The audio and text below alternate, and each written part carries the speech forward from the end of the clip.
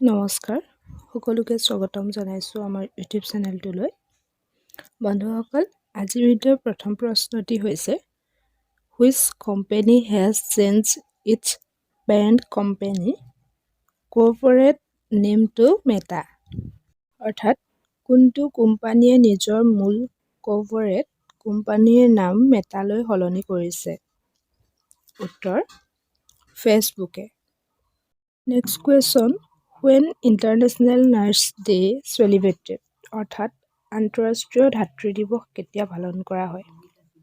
উত্তৰ 12 মে' তাৰিখে আন্তঃৰাষ্ট্ৰীয় ধাত্ৰী দিৱস পালন কৰা হয়।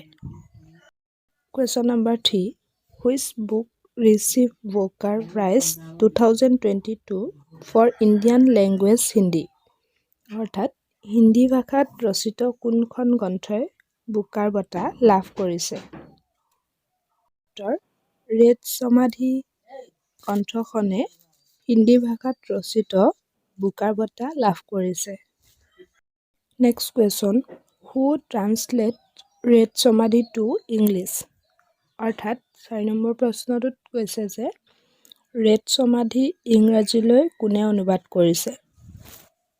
উত্তৰ ডেইজি ৰকেলে ৰেড সমাধি ইংৰাজীলৈ অনুবাদ কৰিছে।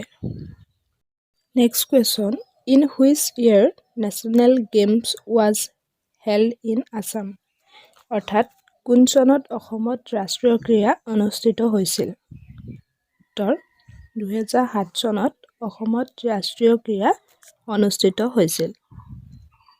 Question number 6, which state government decided to start world largest floating solar project by 2023? অৰ্থাৎ কোনখন ৰাজ্য চৰকাৰে 2023 চনৰ ভিতৰত বিশ্বৰ সৰ্ববৃহৎ উপঙা সৌৰ প্ৰকল্প স্থাপনৰ সিদ্ধান্ত গ্ৰহণ কৰিছে? উত্তৰ Madhya Pradesh. Next question, national youth day celebrated on? অৰ্থাৎ ৰাষ্ট্ৰীয় যুৱ দিৱস কোন তাৰিখে পালন কৰা হয়? উত্তৰ 12 জানুৱাৰী তাৰিখে ৰাষ্ট্ৰীয় যুৱ দিৱস পালন কৰা হয়। Question number 8, which country first approve COVID-19 vaccine of Oxford AstraZeneca?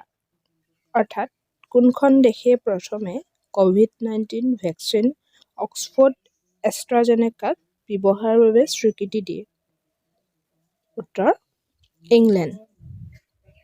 Next question, which state of India produce A paperless budget?